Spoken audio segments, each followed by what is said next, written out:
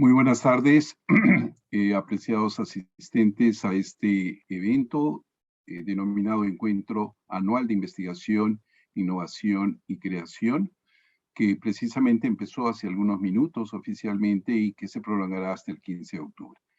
En esta oportunidad vamos a tener un conjunto de 3 charlas a cargo de destacadas investigadores de nuestra universidad y luego explico la modalidad. Permítanme presentarme, mi nombre es Carlos Silva, soy el profesor principal del Departamento de Ingeniería y actual director de la Dirección de Fomento de la Investigación. Tenemos en primer lugar a la doctora Mariana Leguía. Ella es doctora en Biología Molecular, Celular y Bioquímica de la Universidad de Brown. Tiene estudios de postdoctorado en el Lawrence Berkeley National Laboratory en Berkeley, Estados Unidos, y en la Universidad de California, en el mismo Berkeley, donde se enfocó en el área de biología sintética. Se desempeñó como directora de la Unidad de Genómica y Descubrimiento de Patógenos en la US Naval Medical Research Unit en Lima, Perú, y actualmente dirige el Laboratorio de Genómica en la PUC. Su área de interés son las enfermedades infecciosas y cómo estas afectan a la salud pública en el Perú y el mundo. La doctora Leguía es experta en el campo de la genómica, metagenómica y transcriptómica.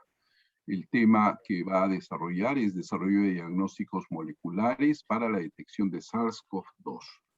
Luego tendremos la presentación de la doctora Laila Hirsch. Ella es doctora en Biociencia y Biotecnología de la Universidad de Padua, en Italia. Es ingeniera informática con maestría en Ciencias de la Computación de la PUC. Actualmente profesora principal y directora del programa de Ingeniería Informática de la PUC. Colabora con el Instituto de Bioinformática Europeo y laboratorios de investigación en diversos países como Argentina, Italia, Alemania, Francia, entre otros. Cuenta con publicaciones en revistas de alto impacto y concentró su investigación en estructuras repetitivas de proteínas y desarrolló un predictor para unidades repetidas que se usó para actualizar RepeatDB, una base de datos de estructuras de proteínas repetidas. Ella desarrollará el tema ARIM 2.0, aplicación para el registro de información médica para apoyar el sector salud durante la pandemia COVID-19 en Perú. Finalmente, expondrá el tema COVOX, tecnología médica para proporcionar oxígeno para la emergencia sanitaria de la COVID-19, la profesora Sandra Pérez Buitrago, que actualmente es coordinadora del área de Ingeniería Clínica de la especialidad de Ingeniería Biomédica de la PUC, Universidad Peruana Cayetano Heredia. Es jefa del Laboratorio de Metrología y Validación de Dispositivos Médicos, PUC, e investigadora en el área de Ingeniería Clínica. Fue presidenta en el periodo 2019-2020 y actual vicepresidenta del capítulo peruano de la IEEE EMBS, 2021-2022, este último cargo. Es miembro del Comité Directivo del Consejo Regional de Ingeniería Biomédica para América Latina en el periodo 2020-2022 y miembro de la Asociación Peruana de Ingenieros Clínicos. Como pueden apreciar, son investigadoras que están en una dinámica muy alta y que permite pues que ustedes van a poder apreciar ahora los trabajos que vienen desarrollando, que son indudablemente de alto impacto. Empezamos entonces con la doctora Mariana Leguía. Adelante, Mariana, por favor. Hola a todos, muchísimas gracias por la invitación. Es un gusto poder estar aquí y bueno, sin más nada, les voy a contar un poco de lo que hemos venido haciendo desde que se inició la pandemia, y es básicamente desarrollar diagnósticos moleculares para la detección del virus. Antes que eso quisiera empezar contándoles un poquito sobre lo que es el Laboratorio de Genómica de la Católica. Es un laboratorio relativamente nuevo, estamos operando desde el 2018, y somos un laboratorio académico dedicado a la investigación científica. Nuestro campo de interés son las enfermedades infecciosas, en particular las que están causadas por virus y bacterias, y en particular aquellos virus que son endémicos en nuestro país, como por ejemplo el dengue. Nuestras herramientas de trabajo son las tecnologías moleculares de vanguardia, porque buscamos conocer los genomas de estos patógenos y sus variantes. Ya hemos visto durante la pandemia cómo las variantes y las nuevas cepas son muy importantes. Y bueno, queremos conocer los genomas porque es a partir de esos genomas que podemos combatir estos virus, sobre todo los que tienen capacidad para colapsar el sistema de salud pública. Esos son los que más nos interesa trabajar. La pandemia ha puesto en vitrina, por así decirlo, el tipo de trabajo que hacemos y la importancia de este tipo de trabajo, inclusive cuando no estamos en épocas de pandemia. Porque es al trabajar de manera rutinaria que somos capaces de hacer, digamos, pequeños cambios que nos permiten responder de manera rápida. Como les comentaba, nosotros usamos tecnologías moleculares de vanguardia. En su mayoría estas tecnologías se importan del extranjero. El Perú no es un país que tradicionalmente haya tenido soberanía tecnológica, y sin embargo nosotros desde el Laboratorio de Genómica estamos desarrollando tecnología de manera local, por muchos motivos. En un principio, cuando hemos trabajado con otros virus, era porque la metodología desarrollada fuera se hacía en lugares donde no circulaban las cepas que circulan en el Perú, con lo cual nosotros podemos importar esos métodos, pero esos métodos no funcionaban bien. Hoy en día, en el contexto de la pandemia de la COVID-19, hemos entrado a desarrollar tecnología desde el inicio, porque al principio lo que vimos en el Perú fue una falta de absolutamente todos los insumos y los reactivos que se iban a necesitar para poder responder de manera adecuada. Entonces, para poder hacer eso y para poder tratar de responder a bajo costo, es importantísimo que tengamos la capacidad de desarrollar esa tecnología de manera local, ¿no?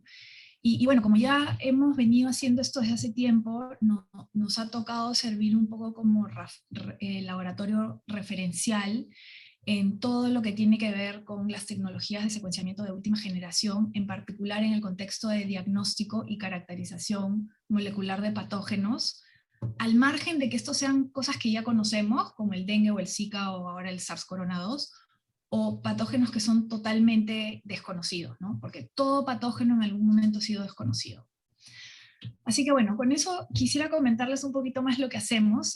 Nosotros nos dedicamos al estudio de las enfermedades zoonóticas. Esencialmente son enfermedades que se transmiten de manera natural entre los humanos y las personas. Constantemente estos virus se están moviendo de nosotros a los animales y de los animales a nosotros. Y aquí les pongo una lista de ejemplos de tipo de enfermedades infecciosas que son zoonosis. Y en este contexto, el rol de los animales es sumamente importante, porque estos patógenos por lo general viven y evolucionan en hospederos animales, ya sea en hospederos silvestres, como por ejemplo los monos, los murciélagos o los roedores, o en hospederos como el ganado, las vacas, los cerdos, los pollos, las aves, digamos, los animales que se comercializan con fines de agricultura, ¿ya? Entonces, muchos de estos virus que nos infectan a los humanos son virus que viven en estos animales y se transmiten muchas veces por contacto directo, ya sea a través de los granjeros o de repente personas que viven en sitios un poco más rurales, que tienen contacto con los bosques silvestres, que se dedican a la caza de animales silvestres, a veces a la comercialización de animales silvestres, y son los primeros que están expuestos a un brote epidemiológico. A veces por contacto directo y a veces a través del contacto de vectores, como insectos, que pueden ser pulgas, garrapatas y mosquitos, ¿no? Que pican a un animal que está infectado, adquieren el virus al picarlo, y luego vienen y pican a los humanos y de esa manera transmiten el virus. Entonces, después de ese caso inicial, lo que termina pasando es que pasamos de una transmisión entre especies a una transmisión de persona a persona. Y lo que inicialmente es un brote local tiene la capacidad de volverse en una epidemia, y si esa epidemia crece aún más y cruza frontera, entonces pasamos de lo que es un brote inicial en un lugar remoto a una pandemia de características globales, como la que estamos viendo ahora con el SARS-CoV-2. Este es básicamente el virus que nos ha quitado el sueño durante los últimos 2 años prácticamente, y no es nada más que una mini bolsita de grasa, es una membrana que está aquí pintada en verde. En el lumen de esta vesícula, en el centro de la vesícula, está el genoma del virus, que es lo que a nosotros como laboratorio de genómica nos interesa. Y bueno, en la superficie tenemos estas proteínas, que son la proteína espiga, que es lo que el virus usa para entrar a la célula humana, ¿no? Y como les he contado, para nosotros todo parte a partir de este genoma, que es una molécula de 30.000 pares de bases, es decir, de 30.000 unidades que consisten en el código genético, en las instrucciones que van a hacer que una vez que el virus entre a la célula humana, el virus pueda usar la célula como una fábrica para hacer más copias de sí mismo. Entonces, sin entrar en grandes detalles, aquí tenemos lo que se llama las proteínas no estructurales. Estas son las proteínas que le dicen a la célula cómo generar más copias del virus. Y aquí tenemos las proteínas estructurales, que es básicamente el código de las proteínas virales, la proteína espiga acá, la envoltura, la membrana, la nucleocápside. Bien, nosotros en el laboratorio, todos los desarrollos tecnológicos que hacemos, los hacemos a partir de conocer el genoma del virus. Y para esto tenemos que estar agradecidos a los colegas chinos, que fueron los que primero secuenciaron el virus y los pusieron en repositorios de acceso público, y nosotros lo que hemos hecho es desarrollar una serie de lo que se llaman primers, que son unas moléculas que nos permiten entrar a leer el virus en diferentes partes a lo largo del genoma. Y dependiendo de la aplicación que vamos a querer, podemos hacer muchas cosas diferentes. Entre ellas, aquí les listo algunas de las cosas que hemos estado haciendo en el último año. Hemos desarrollado protocolos para secuenciar genomas completos del virus, esto a fin de mejorar la vigilancia epidemiológica desde el punto de vista genómico. Y esto es importante porque, como ustedes saben, a medida que el virus se replica, se generan mutaciones de manera natural, de manera aleatoria. Pero algunas de esas mutaciones hacen que el virus sea más patogénico. Entonces es importante poder seguir el virus en el tiempo y en el espacio a través de estos protocolos de secuenciamiento genómico. ¿Okay? Nosotros tenemos la teoría de tratar de hacer la máxima cantidad de desarrollo tecnológico y desarrollo de trabajo con la mínima cantidad de esfuerzo. Entonces, este diseño único de primers y de cebadores a lo largo del genoma también nos ha permitido hacer otras cosas, como desarrollar diagnósticos moleculares y también implementar aquellos que fueron desarrollados fuera del país, ¿no? Sin embargo, como les comenté, como estamos también acostumbrados a hacer nuestros propios diagnósticos, hemos desarrollado una prueba en particular, que es una prueba molecular a base de PCR para detectar las moléculas de RNA subgenómicas. Y eso se los voy a explicar en un momentito en qué consiste. Pero la idea es, esperamos que esto logre ser así, estamos en las últimas fases de la validación, pero es básicamente una prueba que no solamente detecta si tú tienes el coronavirus o no, sino que también detecta si estás en estado contagioso. Y en el proceso de hacer todo este desarrollo tecnológico, hemos obtenido también autorización del Ministerio de Salud para realizar estos mismos diagnósticos que ya teníamos implementados en el laboratorio, pero a nivel de diagnóstico clínico. Y esto es importante porque se requieren unos permisos especiales del MINSA, porque no es lo mismo hacer un PCR para un estudio de investigación que hacer un PCR que se le va a entregar a una persona con nivel de diagnóstico clínico, el cual la persona va a usar para tomar decisiones de salud sobre su propia situación. Entonces, para eso hemos tenido que pedir una autorización especial que felizmente el MINSA nos las ha dado sin problemas. Y en este momento estamos encargados de hacer la vigilancia epidemiológica de las personas que asisten a la Universidad Católica de manera presencial. Bien, antes de explicarles un poquito el desarrollo tecnológico que hemos hecho, quiero contarles esto es una línea de tiempo de lo que es la infección por coronavirus y cuándo es que podemos usar qué diagnósticos. Lo único que nosotros podemos saber cuando una persona está infectada es en qué momento se infectó, que es esta línea de tiempo. Y si sabemos que esta persona se infectó aquí, sabemos que tiene una alta probabilidad de poder ser diagnosticada por técnicas de PCR que detectan el virus. Esto es lo que nosotros estamos desarrollando en el laboratorio. ¿Okay?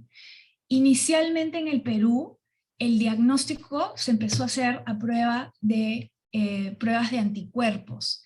Y el problema aquí fue el siguiente, que los anticuerpos en la persona solamente empiezan a levantar de 1 a 2 semanas después de que la persona se ha infectado, cuando la cantidad de virus en el cuerpo ya empezó a bajar. Y esto es un problema, o fue un problema en su momento, porque en realidad las pruebas de anticuerpos no son las idóneas para detectar el estado contagioso, que es lo que está reflejado en esta curva roja, que es cuando uno es capaz de aislar virus vivo de una muestra. Entonces, esta diferencia de tiempo entre las cuales uno puede detectar por PCR y por pruebas de anticuerpos es lo que nos dio la idea de desarrollar unas pruebas de RNA subgenómico que nos permitieran replicar esta curva roja, que es la curva de aislamiento viral. ¿Okay? ¿Esto por qué?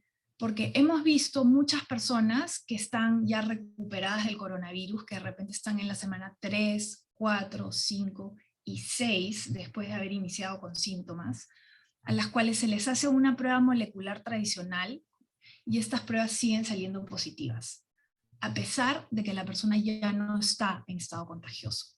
Y esto es un problema para las altas hospitalarias, para el regreso al trabajo, etcétera, etcétera.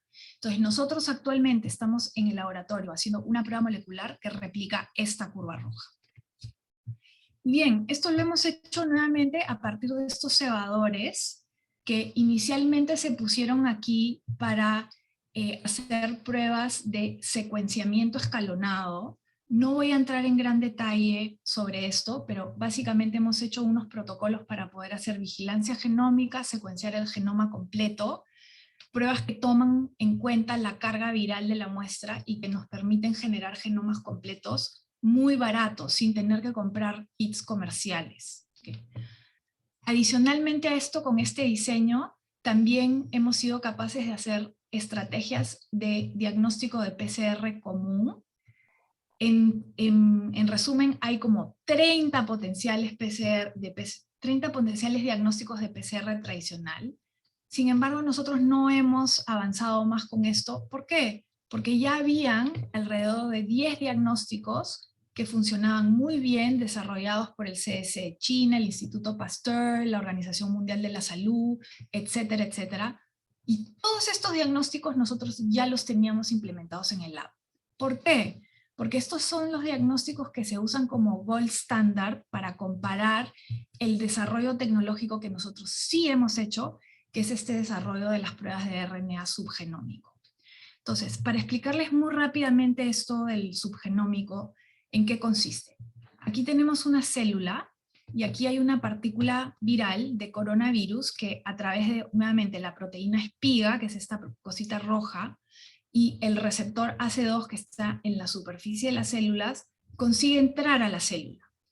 Poco tiempo después de que el virus ha entrado a la célula, el genoma del virus que está dentro de esta partícula viral sale a la célula y aquí empiezan dos procesos paralelos. Uno es copiar el genoma para hacer más copias.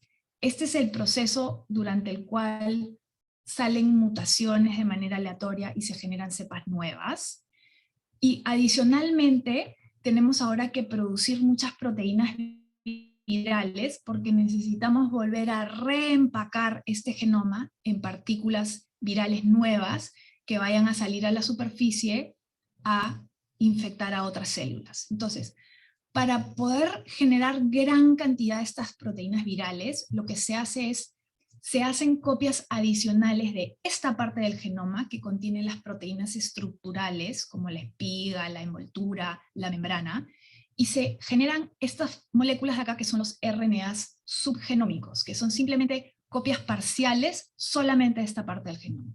Entonces, nosotros hemos sido capaces de desarrollar diagnósticos moleculares que detectan de manera diferencial estas moléculas del genoma principal, y dado que estas moléculas se generan solamente cuando el virus está replicando en la célula, estamos usándolas como marcadores del estado infeccioso.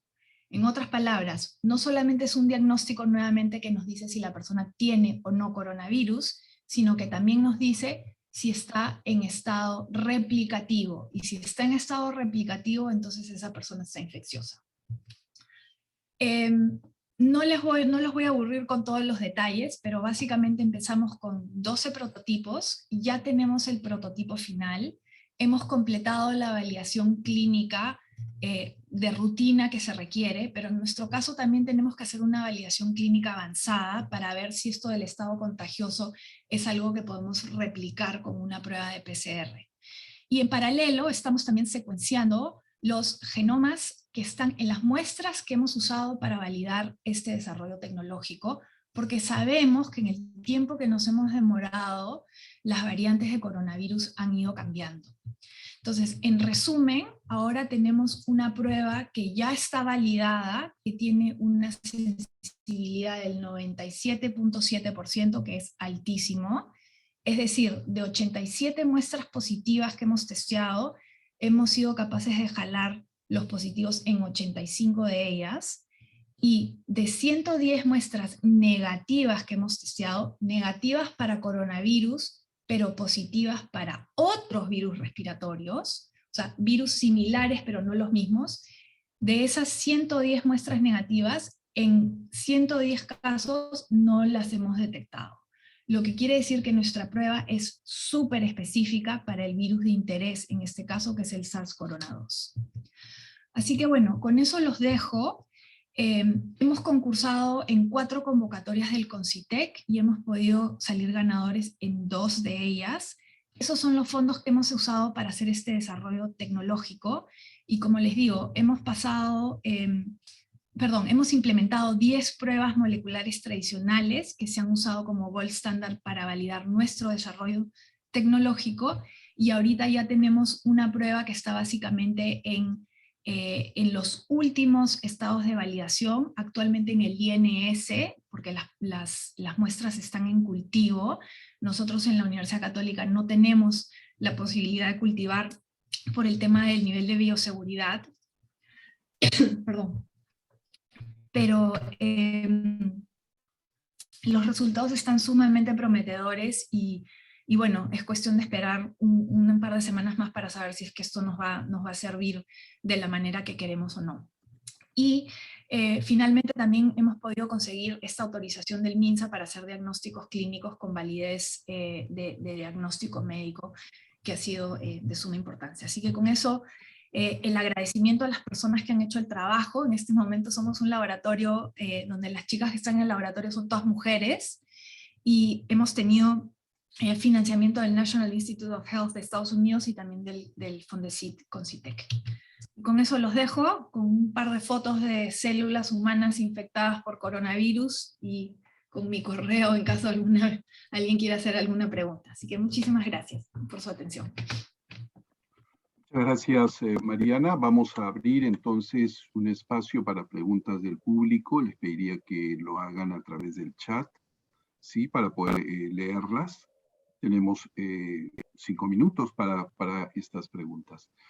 Mientras se animan de pronto a pensar en sus preguntas, si me permite, Mariana, me gustaría preguntarte 2 cosas, ¿no? Una, en tanto esta es una propuesta innovativa de generación de tecnología, ¿has podido interactuar con grupos de otros países, de otros lugares en general, para ver cómo potencias de pronto la aplicabilidad, o si se quiere, potencias esta investigación finalmente? Esa es una pregunta. Y la otra de mi parte es, ¿qué sigue ahora? ¿En qué estás pensando ahora, prácticamente ya llegando al final de esta experiencia? Sí, bueno, en términos de colaborar con otros grupos, sí, nuestro trabajo es altamente colaborativo, y es altamente colaborativo un poco por necesidad, porque si nos ponemos a pensar, o sea, nosotros en el laboratorio de genómica somos expertos en secuenciar genomas, en analizarlos, en hacer los desarrollos tecnológicos, pero trabajamos en un ámbito donde requerimos de profesionales de otros rubros, o sea, trabajamos con médicos, trabajamos con veterinarios, trabajamos con modeladores, con gente de campo, con gente que hace grupos focales, que trabaja con las comunidades. Muchas veces nos vamos a sitios sumamente rurales, de donde hay comunidades nativas, en Iquitos, en Loreto, en Madre de Dios. Entonces es un trabajo que es increíblemente colaborativo y multidisciplinario. Y tradicionalmente lo que ha pasado también es que colaboramos con muchas entidades internacionales, porque este tema de, digamos, del riesgo de los brotes es un tema de seguridad nacional para todo el mundo, porque un virus que brota en Iquitos, ¿okay?, puede generar una epidemia que luego se vuelve una pandemia, así como este virus ha salido de Wuhan y nos ha llegado hasta nosotros. Entonces, los grupos de personas que trabajan en estos proyectos de enfermedades infecciosas por lo general son nuevamente altamente colaborativos y altamente internacionales. Entonces, internacionales con países, y también son colaborativos internacionales en el sentido de que participa la industria privada, participan las universidades y participan los laboratorios nacionales y los ministerios de salud. O sea, la presencia de los gobiernos es absolutamente esencial y es importante trabajar de manera articulada. Lo que también me lleva a tu segunda pregunta, que es ¿qué viene? Y es esencialmente hacer más de lo mismo, pero de manera más articulada en la medida de lo posible. Si hay algo que la pandemia nos ha puesto en evidencia es la precariedad del sistema en el que trabajamos y cómo muchas veces los diferentes grupos duplican esfuerzos, todo el mundo hace un poco lo mismo por su lado, cuando si fuéramos a trabajar de una manera más integrada y más colaborativa, sería beneficioso para todo el mundo. O sea, hay necesidad de que el gobierno invierta en ciencia y tecnología. Hay necesidad de que los datos sean públicos de manera más rápida. Y hay necesidad de que tengamos redes articuladas y que se comunican de investigadores que están haciendo esto en todo momento, porque no se vale que en el medio de una crisis y en el medio de una pandemia te pongas a armar una de estas redes. O sea, los países que son capaces de responder de mejor manera son aquellos países que ya tienen científicos o investigadores trabajando en este tipo de cosas y bien financiados cuando no hay pandemias.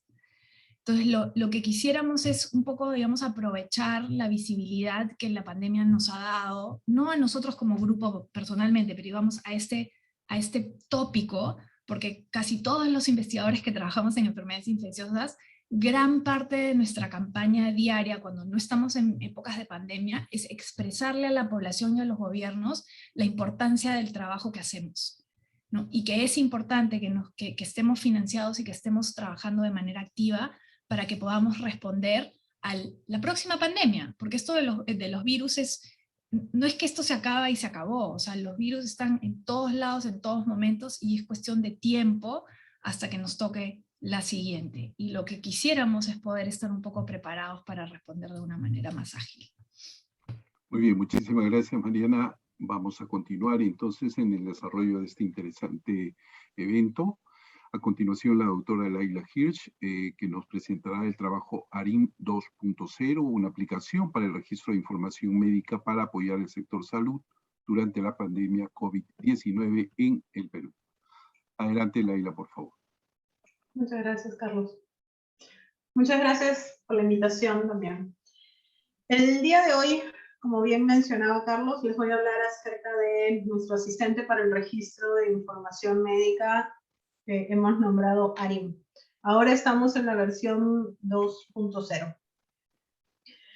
En enero del 2020 empezábamos a conocer de estos primeros casos, unos cuantos, y con el pasar de los meses ya casi estamos a 2 años de esto, hemos llegado a tener más de 219 millones de casos registrados.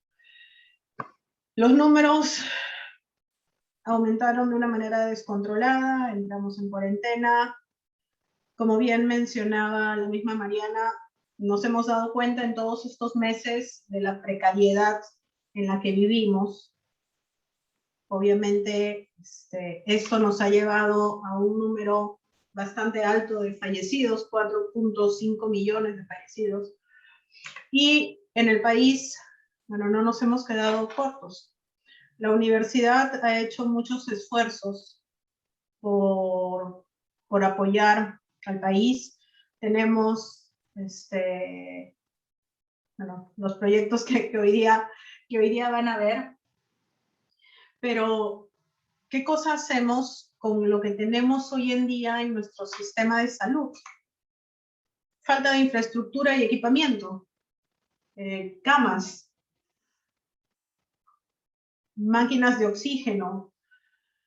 El personal de salud, yo no sé, bueno, yo en particular he visitado, no, he ido por la zona de Miraflores y vemos el colegio médico repleto de fotos de personal de salud que hemos perdido en medio de esta batalla contra el COVID.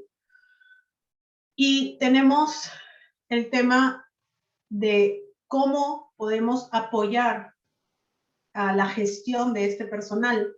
Si es que han visitado algún hospital o han visto lo que está sucediendo hoy en los establecimientos hospitalarios, y bueno, lo que sucedía antes incluso del COVID, es que el personal de salud empieza con un papelito y un lapicero tomando las medidas de cada paciente que llega.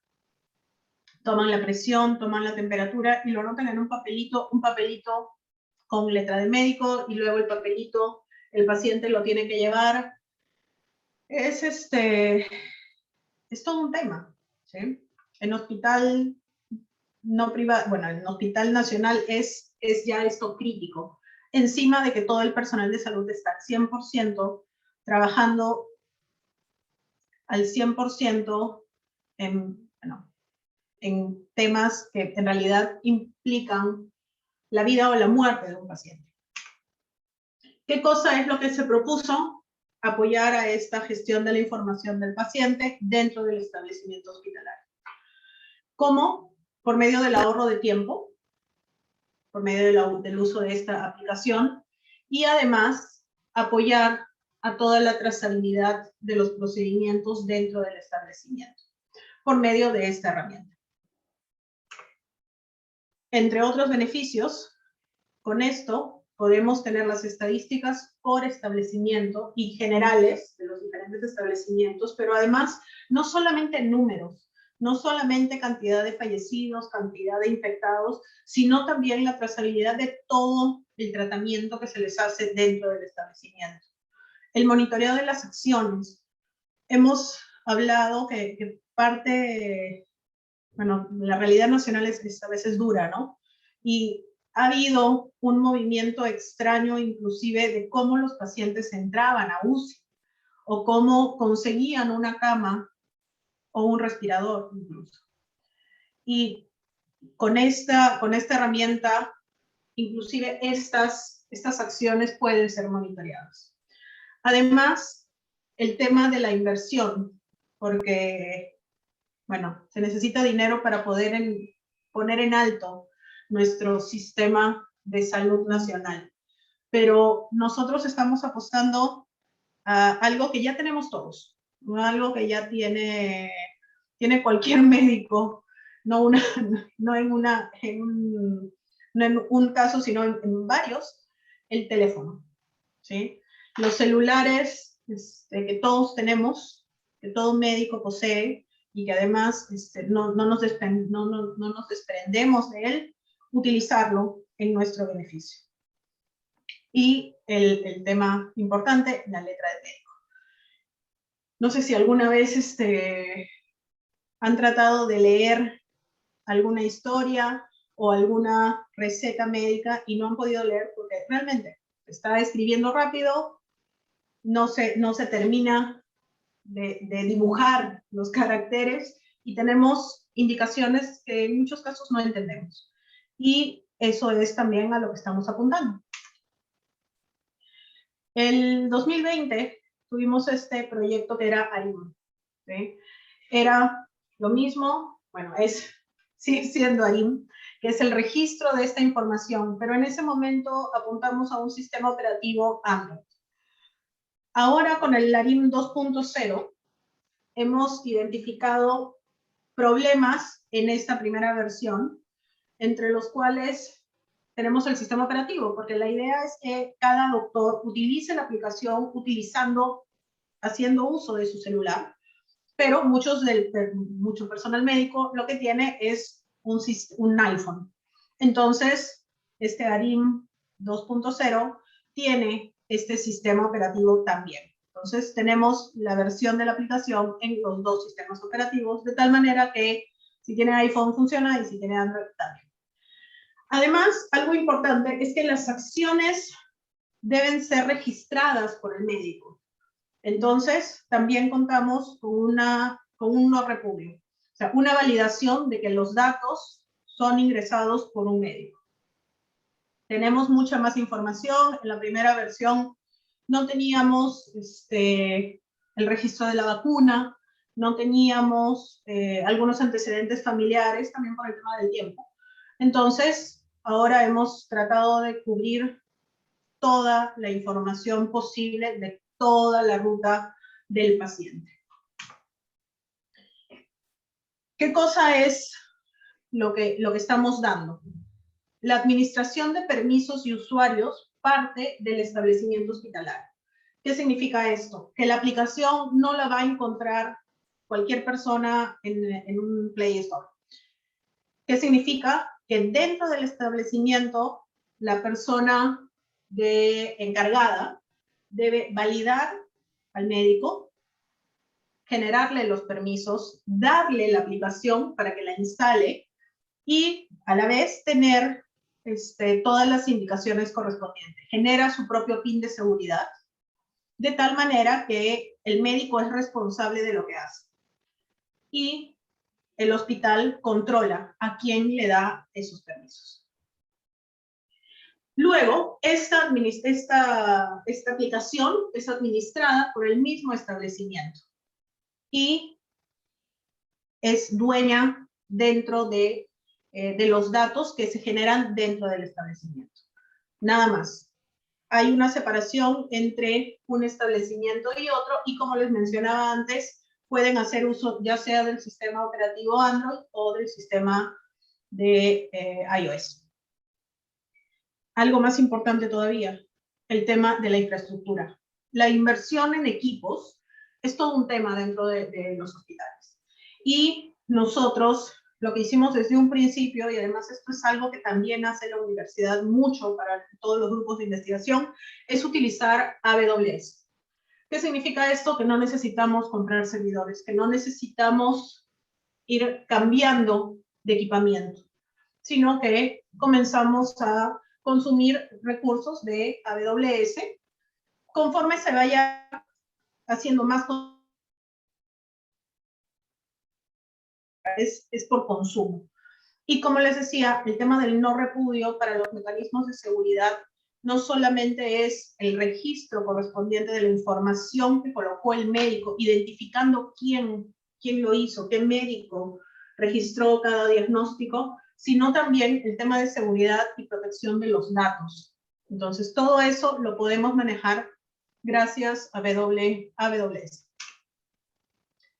La administración de la aplicación tiene una versión que solamente es administrada por el personal autorizado del mismo establecimiento y permite el registro del personal con sus respectivas asignaciones de roles y las cosas que pueden hacer. Porque el médico es diferente a una enfermera, por ejemplo. El médico puede diagnosticar, la enfermera en cambio no. Y hay controles dentro de la aplicación que permiten justamente limitar eso.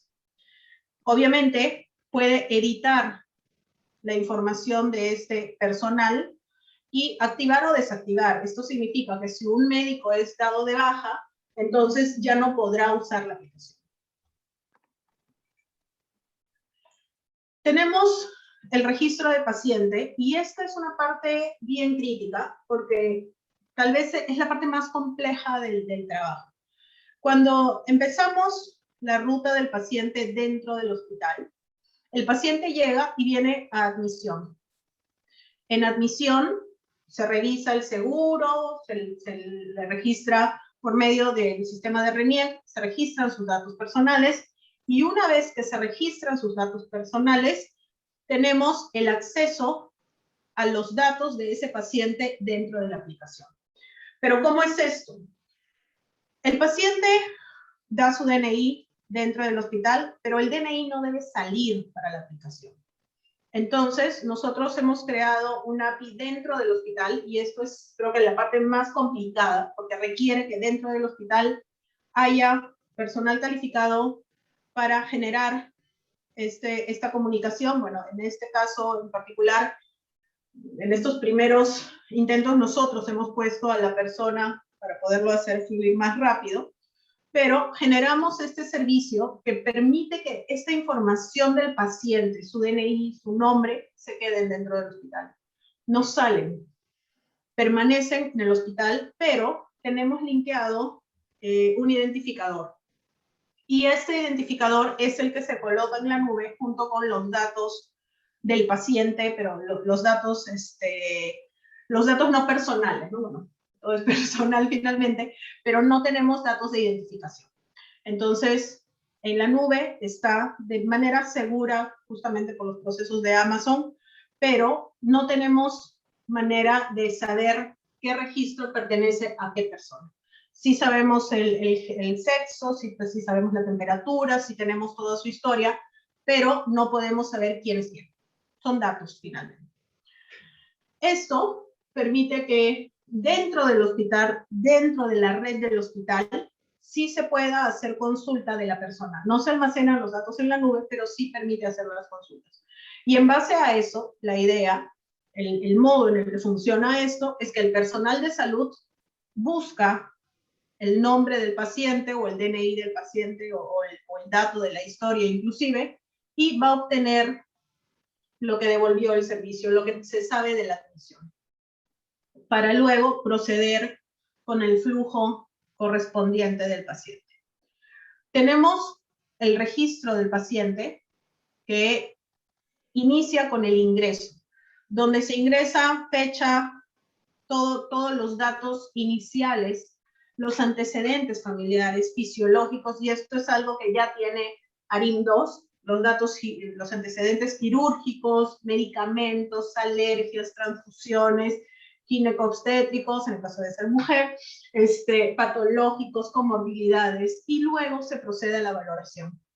Esto, que antes se hacía en un papelito y que pasaba de mano en mano, ya se hace en la aplicación y permite que luego, cuando el paciente sea trasladado a otra unidad, la otra unidad tenga automáticamente la información registrada. Bien escrita, obviamente, porque no es un papelito donde la letra puedo entenderla como A como B, sino que es todo ya digitalizado. Y tenemos, además, la ronda médica, donde podemos hacer el registro de los signos vitales, podemos obtener todos los datos anteriores, porque esto también era un tema de tiempo, ok, hay rondas que se hacen cada 8 horas, cada 6 horas, entonces es como que vuelves a registrar los mismos datos de la ronda anterior, tomándote mucho tiempo a veces, pero esto, la aplicación te permite precargar los datos anteriores para hacer las modificaciones donde es necesario. La valoración del paciente, el registro de la evolución, y esto es importante porque luego, cuando se ven las estadísticas, ya no se convierte solamente en un número, sino que también se puede ver, ok, qué medicamento le di, cuánto tiempo le di y cómo va evolucionando en el tiempo.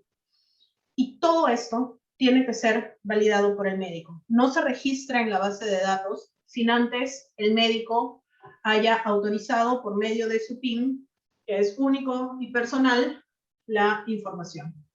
Y como esto no es una historia clínica, y en eso sí me canso de repetirlo, no es historia clínica digitalizada, lo que hacemos con toda la información registrada es imprimirla. Imprimir para que luego sea firmada por el médico y esa impresión sea colocado o anexado a la historia clínica del paciente. Tenemos entre todas las opciones dentro de la aplicación, registro de exámenes, pruebas COVID, que es algo que la primera versión no tenía tan completa como esta. El diagnóstico, las interconsultas, los traslados a hospitalización y a UCI, y bueno, la dada de alta o fallecimiento. Y a la hora que registramos exámenes, no solamente son exámenes de laboratorio, también rayos X, tomografías, ecografías. Los resultados, no las imágenes, por ejemplo, las imágenes no las consideramos. Registra fechas, registra resultados generales y todo lo relacionado a la visita del paciente. Lo mismo con la interconsulta, podemos crear diagnósticos, pero siempre con la validación del médico. Y algo muy importante es que estas interconsultas que van generándose, van mandando avisos de WhatsApp al personal que va a recibir al paciente. Entonces, están atentos. ¿Esto por qué? Porque sí se ha dado casos en todas estas conversaciones con todo el personal de salud que nos cuentan, o sea, llega un paciente a UCI y tienes al paciente en UCI, pero no tenía, o sea, ningún médico lo hizo llegar a UCI. Por ahí hubo algún movimiento extraño, el paciente llegó por obra y gracia del Espíritu Santo y no se sabe quién lo llevó o cómo lo llevaron. Entonces, estas cosas son importantes hoy en día para saber quién autorizó ese traslado. Y bueno, obviamente el registro de diagnóstico implica tratamiento, registro de medicamentos y sus respectivas dosis. Como les decía, este registro de traslado es súper importante para el correcto funcionamiento del establecimiento. Características importantes de esta aplicación es la impresión de toda esta información registrada para que pueda ser adjuntada a la historia clínica. Esto es súper importante. Entendemos la parte del papelito y el ahorro de papel en general, pero es importante tener esta historia clínica ahí. Y lo bueno de la impresión de este registro de información es que perdemos el tema de la lectura o de la no lectura por la letra del médico. El no repudio nos permite saber quién hizo qué, quién es el responsable de qué. Entonces, las acciones suceden con un médico que las generó o con una enfermera que hizo algo. Todo en la nube, como les decía, la inversión nacional es complicada para todos estos equipos. Además, si es que uno quiere tener un equipamiento, debe incluir un mantenimiento, debe incluir una serie de pasos adicionales, y tener todo en AWS elimina ese problema. El tema de seguridad sigue siendo responsabilidad del establecimiento, porque el establecimiento tiene su información, nosotros no utilizamos nada de los datos del establecimiento como tal, y por supuesto respetamos la privacidad de datos de los pacientes. Algunos problemas que hemos tenido: necesitamos para este único enlace entre la aplicación y el hospital, necesitamos personal capacitado para la administración y para la generación de este servicio. Lo que hemos hecho ha sido poner a alguien de nuestro lado, pero si ya pensamos en el crecimiento de esto, sí es necesario tomarse unos segundos ahí. La infraestructura dentro del establecimiento, se propone utilizar los celulares, pero para poder utilizar los celulares debemos estar en la red del hospital, todo con el tema de seguridad. y ya la red del hospital es un tema importante, porque sí nos ha pasado que dependiendo de la zona en la que estás del hospital, pierdes la señal de internet. Entonces, sí hay un tema importante con el mismo establecimiento y su infraestructura. Y finalmente, siempre debemos tratar de mantener y respetar lo que ocurre dentro del establecimiento. Entonces, nosotros nos hemos debido adaptar en la mayoría de casos a lo que suele usar el establecimiento hospitalario, y nosotros lo superamos, ¿sí? Esta es nuestra aplicación, que además ha partido de dos esfuerzos grandes de todos los investigadores que están ahí en la lista, entre la primera versión y la segunda, todo con el apoyo de Fondesit. Y además hay algo que sí debo reconocer y que debo agradecer un montón: el apoyo del Departamento de Ingeniería, porque Genghis Ríos es nuestro top ahí con el tema de Amazon, y con Ellen Campos, que es del Vicerrectorado de Investigación, que nos ayuda un montón, y la verdad nos tiene muchísima paciencia, porque nos toma mucho tiempo todos los trámites burocráticos. Y con eso terminamos. Gracias. Muy bien, muchas gracias, Laila. Igual preguntas de parte del público, por favor les rogaría que usen el chat para poder dar lectura. Si me permites, una pregunta que me aparece, Laila, es ¿cómo es el tema de mantenimiento, de upgrades, etcétera? Eso, generar, no sé, alguna empresa a partir de esto, Sí, pasar de esta...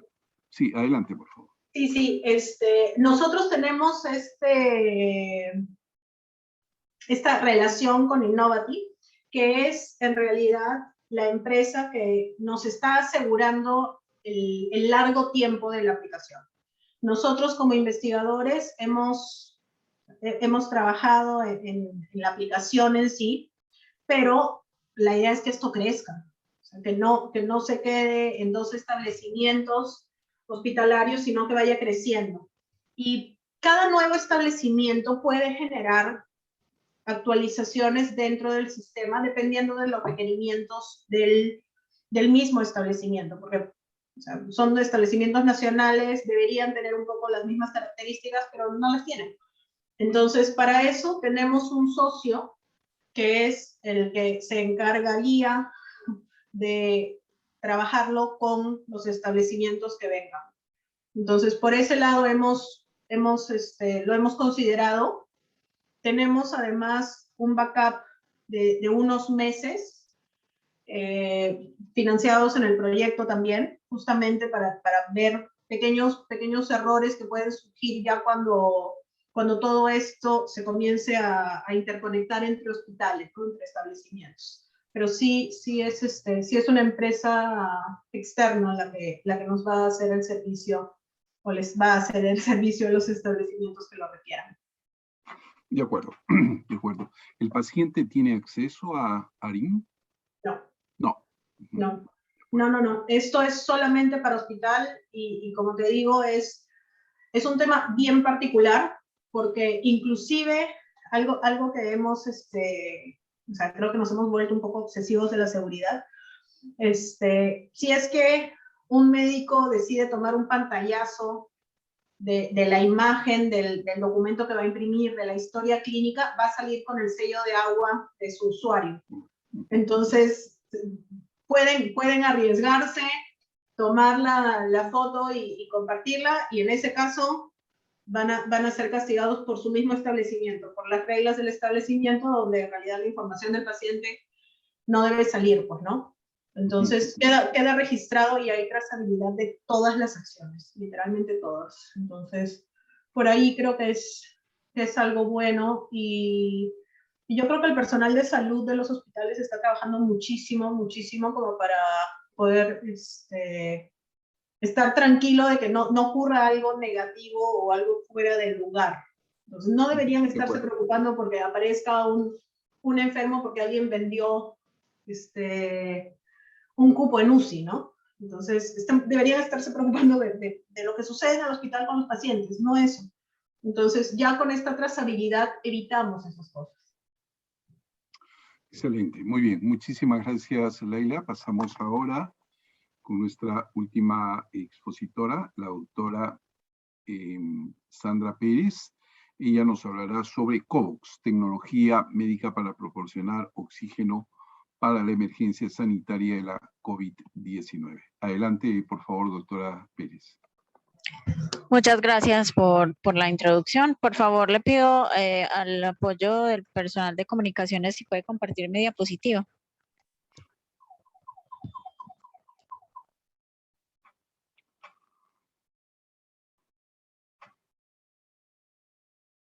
Hola, oficina de eventos, si nos puede. Ok, perfecto. Ya, muchas gracias. Entonces, buenas noches. Gracias por la invitación a este evento. Realmente es importante que hagamos un esfuerzo en visibilizar estas iniciativas. Estaba escuchando a las investigadoras anteriores que, si bien las conozco, no me había detenido en algunos detalles que presentaron hoy, y de hecho eso genera también algunas oportunidades de nuevas ideas y colaboraciones que se van ocurriendo. Igualmente mostrar todos los esfuerzos que desde la universidad se han venido haciendo y que se note que realmente no somos apáticos en ningún momento a toda la situación que se ha venido presentando, sino que antes hemos estado activos en colaborar desde lo que hacemos en la universidad para tener un impacto real. Entonces vamos a empezar. Por favor, ¿puedes avanzar mi presentación? El proyecto que voy a presentar, como lo comentaron en la presentación Carlos amablemente, se llama COVAX, tecnología médica para proporcionar oxígeno para la emergencia sanitaria de la COVID-19. Este es un proyecto que nace de diferentes fuentes que les voy a comentar, pero en este momento igual está financiado también por Fondesit. ¿Puedes avanzar, por favor, la siguiente diapositiva? Precisamente es un proyecto que nace con el financiamiento de donaciones de ASBank, la Asociación de Banqueros. Ellos, preocupados por la situación, decidieron donarnos un monto para la fabricación de una cantidad de 25 concentradores de oxígeno, que son los equipos denominados COVAX, y también a partir de esto nosotros fuimos desarrollando un primer prototipo que llegó hasta TRL4, hasta nivel de desarrollo de tecnología, a nivel de madurez tecnológico, perdón, 4, y allí nos presentamos a una de las convocatorias de Fondesit y bueno, también obtuvimos financiamiento por esa parte para generar otros 12 concentradores de oxígeno que tienen algunas particularidades que les voy a comentar a continuación. ¿Quiénes estamos desarrollando este proyecto? La Católica como ente principal, y contamos con el apoyo directo de dos empresas, Diaxa y Solid, con quienes ya tenemos la experiencia de haber desarrollado el ventilador mecánico MASI. Y quiero resaltar también algo que comentó Mariana al principio, y es el relacionamiento que se está dando en la pandemia, o sea, a raíz de toda la situación que hemos tenido que vivir. Es un trabajo conjunto entre la universidad y las empresas de una manera mucho más fluida a lo que realizábamos antes de la pandemia. Realmente se ha visto una colaboración, digamos, sinérgica, activa, rápida, donde hemos logrado producir diferentes resultados y uno de ellos está siendo en este momento COVAX. Avanzas, por favor, a la siguiente diapositiva. Por parte de la Católica, por parte de la PUC, somos 3 investigadores quienes estamos trabajando en este proyecto directamente con la asociación, también con otros trabajadores y otros investigadores de la universidad. En la parte del proyecto de Fondesit, yo soy como investigadora principal. El profesor Benjamín Castañeda también nos acompaña y nos apoya bastante como coinvestigador, y también Midori Sánchez como coinvestigadora. Somos el equipo de trabajo por parte de la Católica. Siguiente, por favor. Voy a hacer una pequeña introducción acerca de qué es oxígeno medicinal para contextualizar, aunque esto es digamos, unas palabras que hemos escuchado bastante durante los últimos ya casi 2 años, y es un recurso que ha sido de vital importancia literalmente en este tiempo, pero a veces también surgen algunos puntos de desconocimiento y algunos mitos que se van generalizando y que nosotros igual también es responsabilidad socializar la información tal cual realmente se concibe. El oxígeno es un gas medicinal en este caso, el oxígeno se utiliza también de forma industrial, pero el nivel que nosotros necesitamos para la atención clínica hospitalaria es un gas de nivel medicinal que tiene que tener una concentración no menor al 93% con un error o una tolerancia de más o menos 3%, es decir que deberíamos poder proveer a los pacientes mínimo 90% en concentración de oxígeno. Está destinado para la administración al paciente, puede presentarse en diferentes formas, líquido, criogénico o gas comprimido. Y pueden ver ustedes diferentes formas aquí que les presento en la diapositiva, en las imágenes. El concentrador de oxígeno es el de la izquierda arriba, que es más de uso. El de la derecha, una toma de oxígeno que puede venir de una planta de oxígeno del hospital, de una red, que hay diferentes tipos de plantas y también de balones de oxígeno, como los que ven en la parte inferior. Existe una regulación que se encarga de cubrir todo lo que tiene que ver con el oxígeno medicinal en Perú y que de hecho se ha vuelto mucho más específica durante este tiempo. Tenemos la ley 31.113 del oxígeno medicinal, el decreto supremo 010 de 2021, que también es bastante reciente, y en general la ley 29.459 de productos farmacéuticos, dispositivos médicos y productos sanitarios, que cubren estos productos y que realmente dictan cuáles son los niveles de calidad, los procedimientos y qué se requiere para poder cumplir con todos estos requisitos y poder vender o proveer oxígeno medicinal en el país. No cualquier persona puede realmente proveer y tampoco cualquier persona puede fabricar y distribuir equipos médicos. Entonces es a lo que nosotros nos hemos dedicado durante la pandemia desde MASI y otros proyectos que hemos realizado.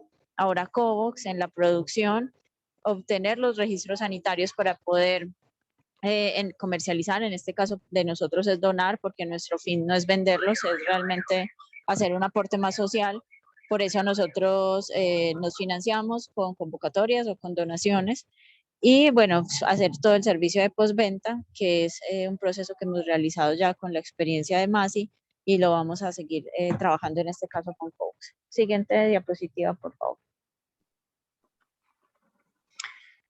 Creo que es importante también recordar un poco, en este momento estamos en un punto más tranquilo, puede llamarse del desarrollo de la emergencia, pero podemos recordar situaciones muy difíciles que nos han tocado, en general a todos, que son bastante sensibles y que igualmente las tratamos con mucho respeto por lo que nos ha tocado vivir, pero no ha sido ajeno a nadie, que de hecho salieron titulares como los que les estoy presentando, que literalmente Perú estuvo asfixiando durante la segunda ola por la falta de oxígeno en una fase que fue totalmente crítica.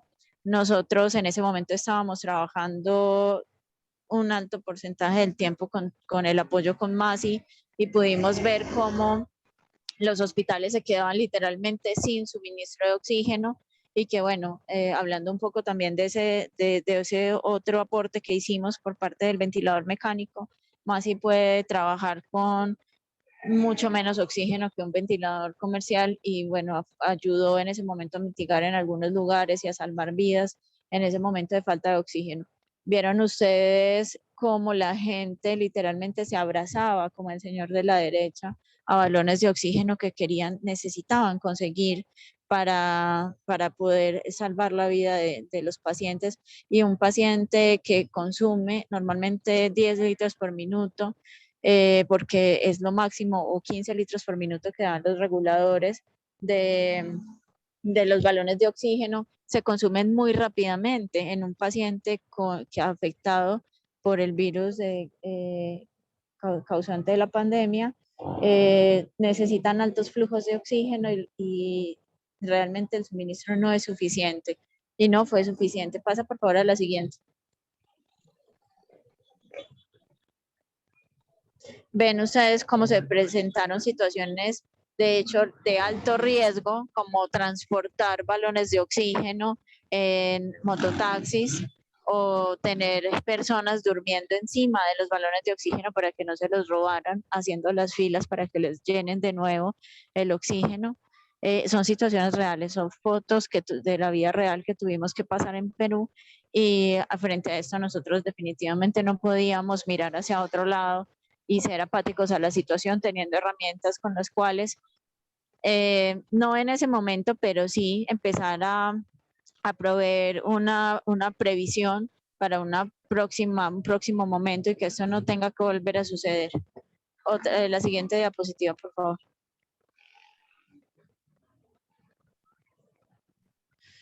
Aquí quiero mostrar un poco del panorama internacional. Efectivamente, Perú no fue el único país que se afectó por la escasez de oxígeno. Esto es algo que ha sido a nivel mundial. Estas noticias que les estoy presentando son de esta semana, 30 de agosto, de estos últimos meses, septiembre 13. Son noticias muy recientes donde aún existe la escasez de oxígeno en las nuevas olas que se van generando, aunque a veces se creen que ya hay suficiente previsión para tener suministros de oxígeno para las olas venideras. No necesariamente todo sucede como se espera, y en Estados Unidos, por ejemplo, en este momento hay escasez de oxígeno, en Nicaragua hay escasez de oxígeno, hay otros reportes como en México, por ejemplo, donde las compañías, y esto no es solo de México, es en general, se han generado monopolios, y las empresas productoras y distribuidoras de oxígeno han hecho una gran cantidad de riqueza a partir de esta situación, y realmente no está mal que se genere obviamente una economía alrededor de un producto que está en alta demanda, pero no cuando se está ya sobrepasando los límites de lo justo, ¿cierto? Entonces, en todo este territorio, ustedes también se pueden acordar, tal vez les haya tocado ver cómo subió el costo de los concentradores de oxígeno. Era una tecnología que aquí en Perú realmente no era muy conocida, a pesar de que en el mundo ya estaba bastante implementada, pero bueno, recientemente llegó,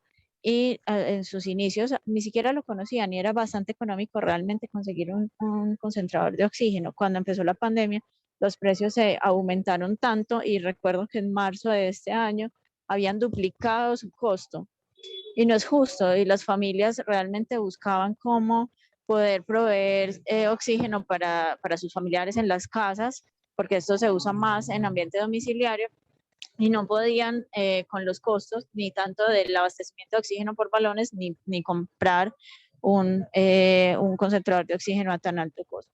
Puedes continuar, por favor.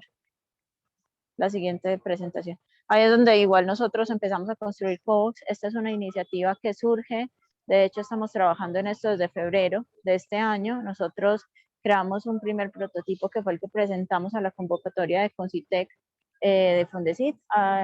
Creo que la convocatoria cerró como en marzo, y ahí nosotros teníamos un prototipo en nivel de madurez tecnológica 4, donde ya era funcional y lo teníamos en pruebas de laboratorio.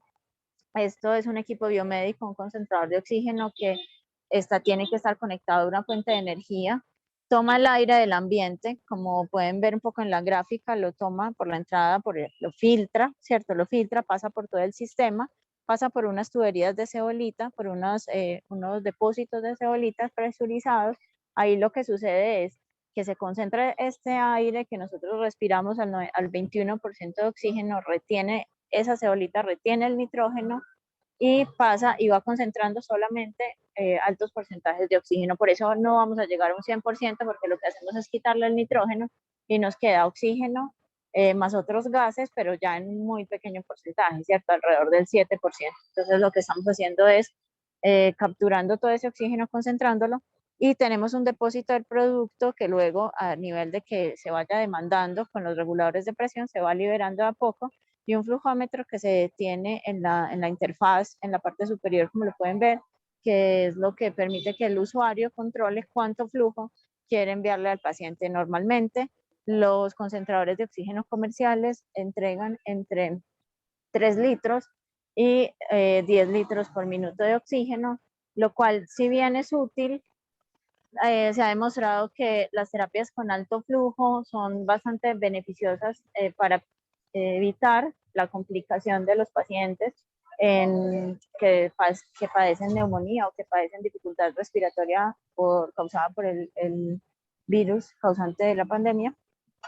Y en este sentido nosotros decidimos apostar por un reto técnico donde nosotros produjimos un prototipo y en este momento estamos haciendo un equipo que produce 15 litros por minuto. De hecho, alcanza hasta 20 litros por minuto, pero nosotros dentro de lo que podemos certificar con mayor calidad, estamos hasta 15 litros por minuto con un oxígeno de 93%, más o menos 3% de error hasta los 15 litros por minuto. Es decir, podemos regular desde 1 litro hasta 15 litros, generando también un beneficio de terapias de un flujo más alto, si bien esto no se puede todavía considerar alto flujo porque es por encima de 30 litros por minuto, es un mayor flujo que puede permitir un tratamiento temprano en las casas para los pacientes y que así no tengan que complicarse y llegar a un nivel hospitalario que es realmente donde ya se complica la situación de salud pública en el país. Continúas, por favor, la siguiente presentación.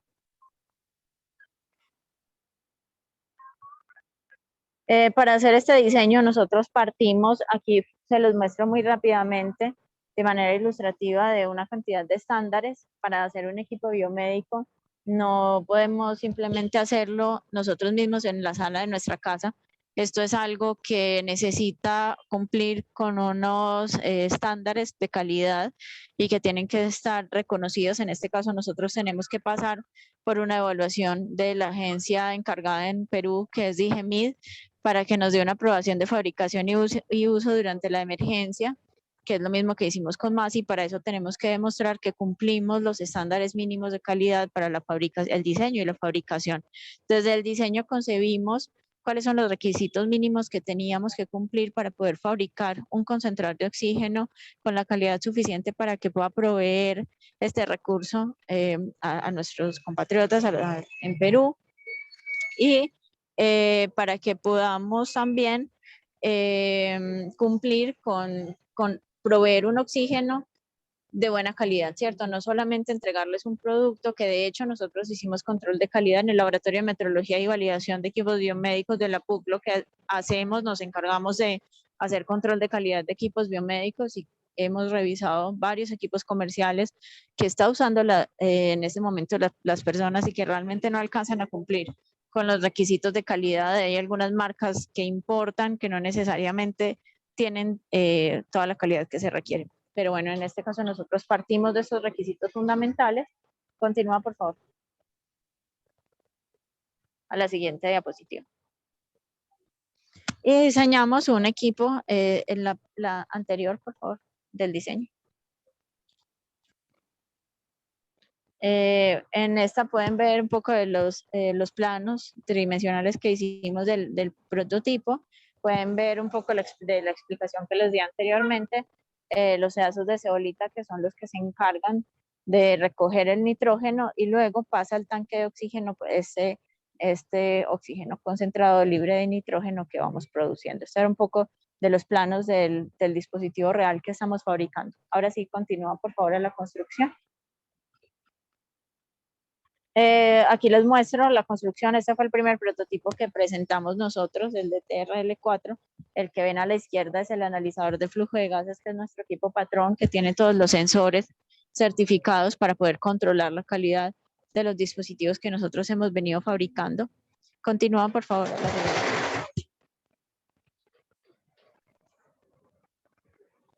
En la parte de validación, nosotros hemos hecho diseño, construcción y validación. En la validación nos basamos principalmente en el estándar 80601-269, que es el que nos dice los requerimientos particulares para la seguridad y el desempeño de los concentradores de oxígeno. Pueden ver aquí una distribución, esto es un mapa de cómo debemos hacer el montaje para hacer las pruebas, donde está el concentrador de oxígeno en el cuadro 1 en la izquierda, luego se conecta hacia la derecha con los diferentes sensores y luego vamos hacia la salida.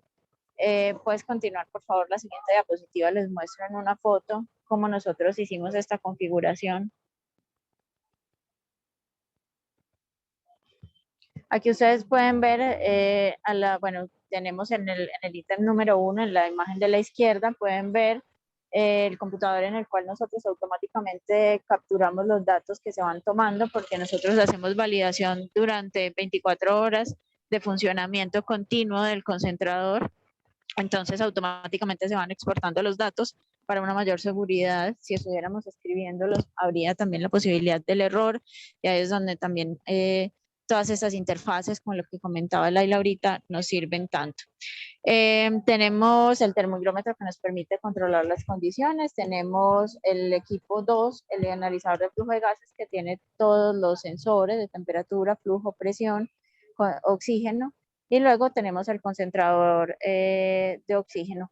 Ay, se acabó la presentación. Puedes ponerlo para concluir, por favor. Ya solo me quedaba una presentación. ¿Dónde está? No puedo ver la diapositiva.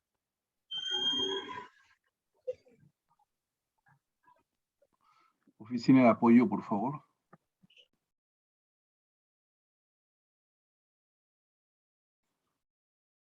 Me parece, Sandra, que la oficina de apoyo ha tenido problemas porque sala 462, sí, ahí está.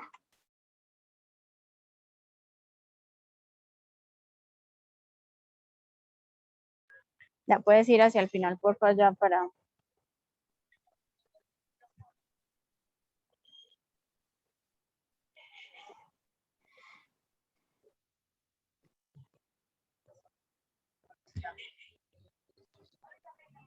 Siguiente. Aquí pueden ver a la derecha el prototipo, el COVOX, digamos, beta. Estamos haciendo una nueva versión que luego les presentaremos oficialmente, donde su imagen de hecho cambia. Este es funcional totalmente, pero estamos haciendo una mejora, sobre todo en la parte de la imagen. Pero ustedes pueden ver cómo el analizador de flujo nos entrega 93.3%, que es como lo importante, donde nosotros estamos asegurando la calidad del oxígeno que estamos entregando al paciente. Siguiente, por favor, diapositiva. Estos son los reportes de validación que nosotros hemos hecho también como productos del proyecto que hemos hecho. Estamos entregando informes que realmente tienen una validez para DIGMID, para poder hacer el proceso de aprobación para fabricación y uso. Siguiente, por favor. Y no quería terminar sin mostrarles que es una unión entre nuestros dos hijos favoritos, entre MASI y COVOX. Aquí está una imagen desde el Laboratorio de Metrología y Validación, donde COVOX puede ser el suministro de oxígeno para MASI. Entonces nosotros con el uso de un COVOX y un MASI podríamos apoyar la ventilación invasiva de un paciente sin la necesidad de un suministro de oxígeno extra. Entonces aquí podemos unir ambos proyectos en la lucha contra esta emergencia. Siguiente, por favor. Bueno, nada, agradecerles. Este es el equipo del laboratorio del LabMed, Laboratorio de Metrología y Validación, y quedamos atentos a sus preguntas. Muy bien, muchísimas gracias, Sandra, por la interesante exposición, que llega precisamente a un prototipo que ha ido mejorando y que ahora muestra pues una opción con mejores características, ¿no? O mejores prestaciones, si cabe el término. No sé si hay alguna pregunta de parte del público.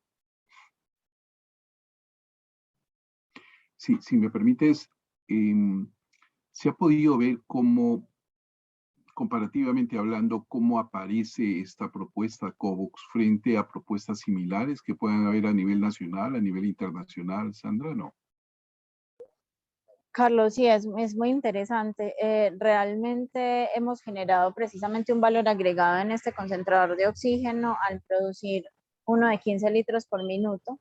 Hay dos puntos. Uno es que nosotros, bueno, sí estamos haciendo un desarrollo como tal, un avance tecnológico en el país, en cuanto a que antes de esto no había una fábrica o no había, digamos, una industria que se encargara del desarrollo y fabricación de este tipo de dispositivos médicos, y todo el know-how que hay detrás de la fabricación, producción, toda la parte regulatoria y comercialización de dispositivos médicos realmente es un aporte importante. Si bien tal vez el concentrador de oxígeno no es un equipo que tecnológicamente sea tan complejo como lo fue el ventilador MASI, tiene por detrás un montón de procesos que van a generar desarrollo y avance para el país de otro nivel, ¿cierto? Y que vamos a poder generar realmente un posicionamiento del país como fabricantes de equipos médicos, en equipos que realmente vamos a poder comercializar y vender. ¿Qué tenemos de avance? Que tenemos este ventilador que produce, este concentrador que produce 15 litros por minuto. Hay algunos comerciales que producen 20 litros por minuto, pero son supremamente costosos y solamente los utilizan a nivel hospitalario, no están a nivel domiciliario. Entonces, sí es una propuesta diferente y a pesar de que tal vez no sea un desarrollo tecnológico de una altísima complejidad, aunque efectivamente es algo que tampoco es sencillo de hacer, sí genera un gran impacto es a nivel de desarrollo de industria. Muy bien, muchísimas gracias.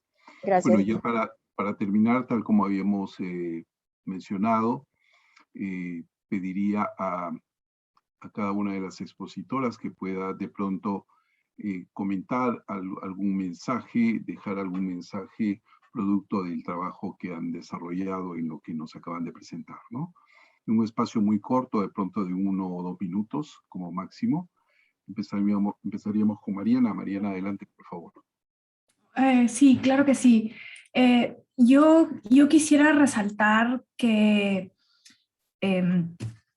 si es que algo hemos demostrado los investigadores en el Perú es que tenemos la capacidad de hacer desarrollo tecnológico de punta, capaz de competir al más alto nivel internacional.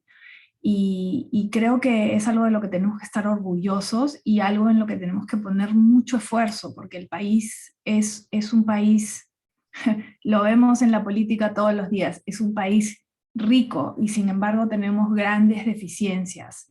Entonces, nada, incentivar a los estudiantes, a los jóvenes, a las mujeres, a que sigan carreras tecnológicas, a que sigan esta línea de investigación científica. Hay muchísimo por hacer en este país y sin embargo hay una masa crítica de gente que está muy bien entrenada, que sabe lo que hace, que es líder en su campo y que se puede contribuir de una manera muy significativa a mejorar la vida de todos los peruanos. Entonces yo iría un poco por ahí, ¿no?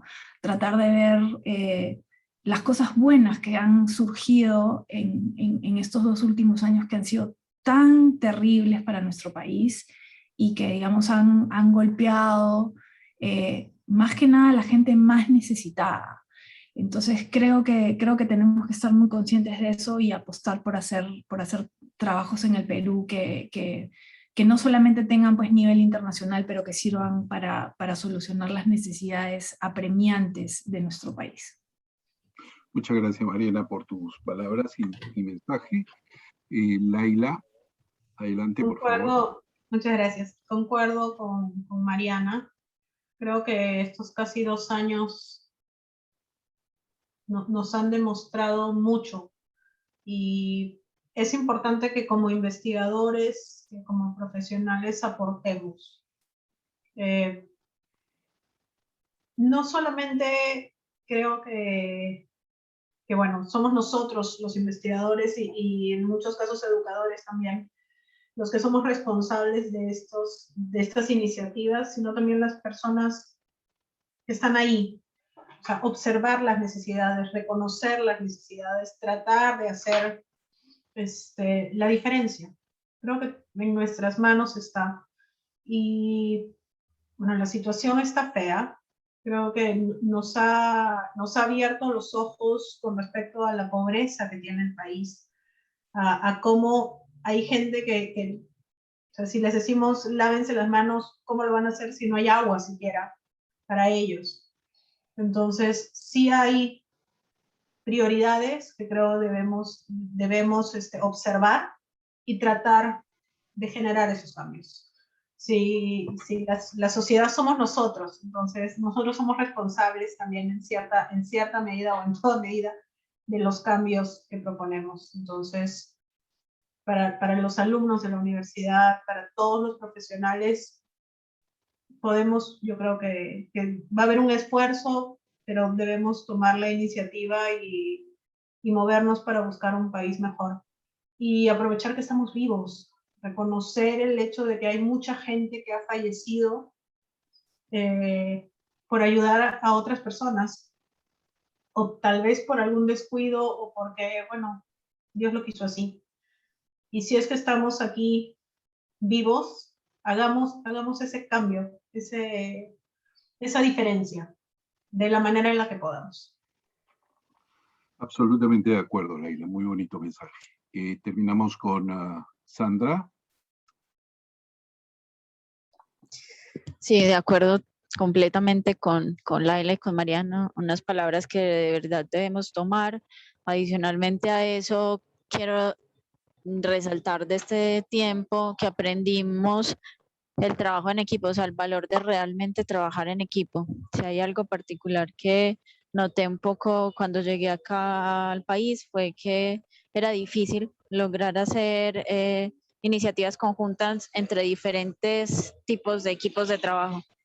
Logramos unirnos, quiero resaltar eso como positivo, logramos unirnos desde diferentes frentes clínicos, diferentes tipos de ingenieros, diseñadores, público, privado, empresa, universidad, para sacar adelante iniciativas que luego pudimos ver cómo realmente lograron tener un impacto y todos esos sacrificios y todo ese trabajo conjunto que de cierta manera surgió de una manera más desinteresada que lo que normalmente sucede, logró salvar varias vidas. Y yo me pongo a pensar si esa fuera mi vida o la vida de mi mamá, realmente para nosotros fue muy conmovedor ver la vida de una persona que no conocíamos, pero cuando nosotros hemos perdido familiares también o en esta situación, que hubieran podido lograr salvar la vida de una de estas personas es invaluable, ¿cierto? Entonces, reconocer realmente el poder, el valor de trabajar en equipo, de trabajar conjuntamente, de una manera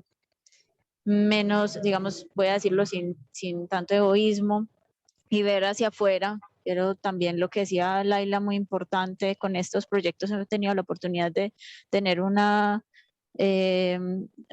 visión directa del sistema de salud en las regiones, en lugares que realmente las personas no tienen la posibilidad siquiera de acceder a un servicio de salud. Entonces, también es nuestra responsabilidad mirar hacia afuera y todo eso que estamos haciendo, llevarlo hacia las personas que realmente lo necesitan. Y bueno, gracias por este espacio que en cierta manera también va aportando hacia ese mismo camino. Muy bien, muchísimas gracias, Sandra. Nosotros somos los agradecidos por las charlas y gracias a todos los participantes. Muy amable, será hasta una próxima oportunidad. Gracias a todos, a todas. Muchas gracias. Hasta luego. Gracias, buenas noches. Buenas noches, hasta luego.